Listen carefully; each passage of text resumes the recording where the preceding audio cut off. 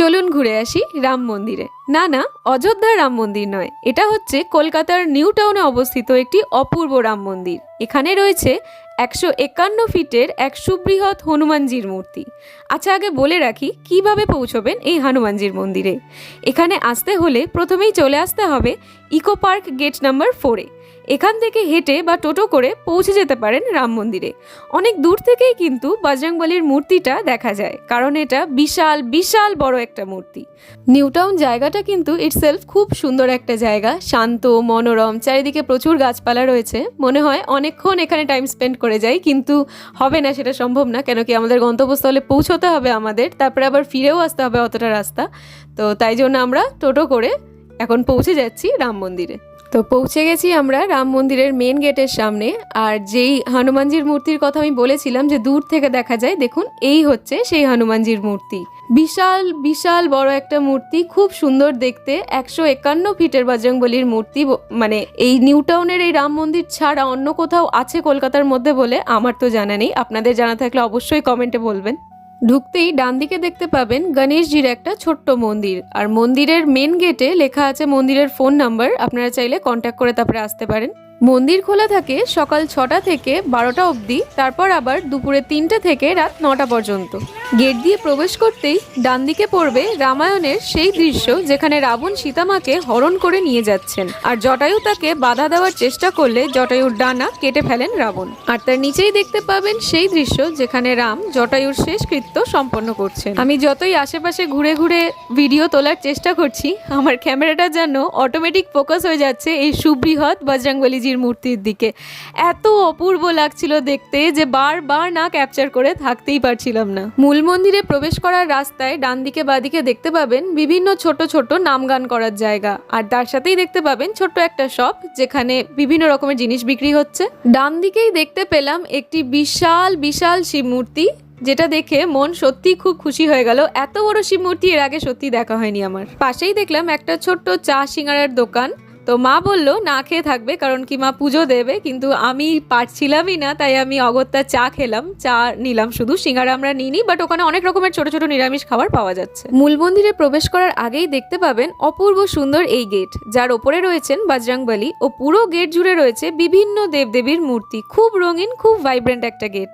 ঢুকতে বাদিকে দেখতে পেলাম নির্মীয়মান একটি মন্দির। এই মন্দিরটা হয়ে গেলেও খুব সুন্দর দেখতে হবে, বোঝাই যাচ্ছে এখন থেকেই। মূল মন্দিরের পাশেই রয়েছে বিশাল আকার ও খুব রঙিন একটি রথ, যেটা টেনে নিয়ে যাচ্ছে 7টি ঘোড়া। রথে বিরাজমান রয়েছেন ভগবান বিষ্ণু। রথের ওপর দিকেও দেখতে পাবেন ভগবান বিষ্ণুর মূর্তি। 7টি ঘোড়াকে 7 রকমের রং করা হয়েছে। ওভারঅল পুরো এই কালার কনসেপ্টটাই এতটা ভাইব্রেন্ট, এতটা সুন্দর, আর মূর্তিগুলো এতটাই নিখুঁত যে আপনাদের মন্ত্রমুগ্ধ করবেই। রথের পাশেই রয়েছে জীবন্ত দেখতে একটি বাঘের মূর্তি, আর তার পাশে রয়েছে প্রচুর দেবদেবীর মূর্তি। ওপরেই দেখতে পাবেন শিব পার্বতীর মূর্তি, তার নিচে রয়েছে সিদ্ধিদাতা গণেশের মূর্তি ও নারদ মুনির মূর্তি। এছাড়াও রয়েছে প্রচুর ছোট ছোট ঋষি মুনির মূর্তি, আর তার পাশেই রয়েছে একটি বিশাল বড় সাপের মুখ, যেটা একটা এক্সিট পয়েন্ট হিসাবে কাজ করে।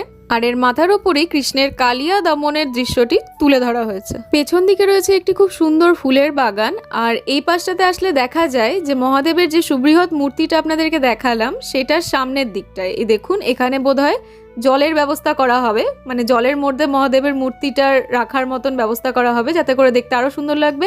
এখানে রয়েছে মা গঙ্গারও একটি মূর্তি।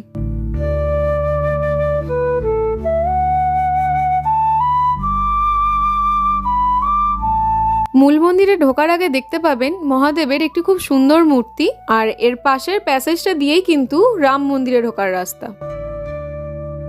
মূল মন্দিরে প্রবেশ করার আগে ঘুরে দেখে নিলাম জিন মাতার মূর্তি, আর তার পাশেই রয়েছেন বালাজি বাবুসার মন্দির। দুটোই খুবই সুন্দর। ফাইনালি এবার চলুন প্রবেশ করা যাক রাম মন্দিরে। এই রাম মন্দিরের একটি বিশেষত্ব হলো যে সম্পূর্ণ রাম মন্দিরটা কিন্তু কাঁচ দিয়ে তৈরি। অপূর্ব লাগে দেখতে, ভেতরে ছোট্ট ছোট্ট কাঁচ দিয়ে খুব সুন্দর করে সাজানো সম্পূর্ণ মন্দির। এখানে প্রবেশ করেই আপনারা দেখতে পাবেন শ্যাম বাবাজির মূর্তি, বজরংবলীর মূর্তি, কালী মাতার মূর্তি, এছাড়াও দেখতে পাবেন সতী মাতার মূর্তি, মূল গর্ভগৃহে দেখতে পাবেন শিবলিঙ্গ, গণেশজি, শিব পার্বতীর মূর্তি।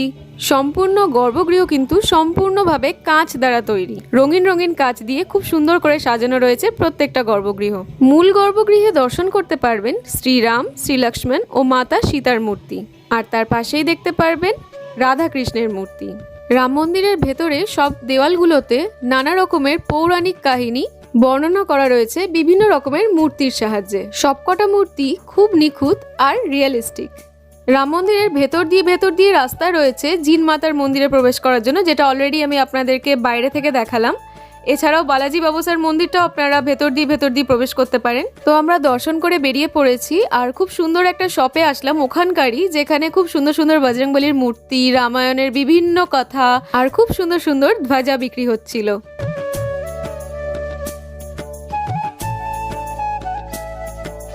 তো ফাইনালি দর্শন সেরে পুজো দিয়ে সম্পূর্ণটা ঘুরে আমরা চলে এসেছি বাইরে।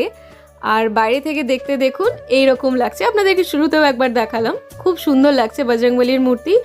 আর যেহেতু মা কিছু না খেয়েছিল সকাল থেকে পুজো দেবে বলে, বাইরে বেরিয়ে আমরা খেয়ে নিয়েছিলাম ফুচকা, চা আর কেক, টুকটাক এসব খেয়ে নিয়েছিলাম। এইবার বাড়ি ফেরার পালা। খুব সুন্দর করে কাটলো একটা দিন। মন্দির দর্শন করলাম, বিভিন্ন দেবদেবতাদের দর্শন করলাম, কলকাতার টলেস্ট 151 ফিটের বজরংবলী দর্শন করলাম। আর আমরা তারপরে বাড়ি ফিরলাম শিয়ালদা রুট হয়ে। হাতে সময় নিয়ে অবশ্যই একদিন ঘুরে আসুন নিউ টাউনের এই সুবৃহৎ রাম মন্দির। খুবই ভালো লাগবে, গ্যারেন্টি দিয়ে বলতে পারি।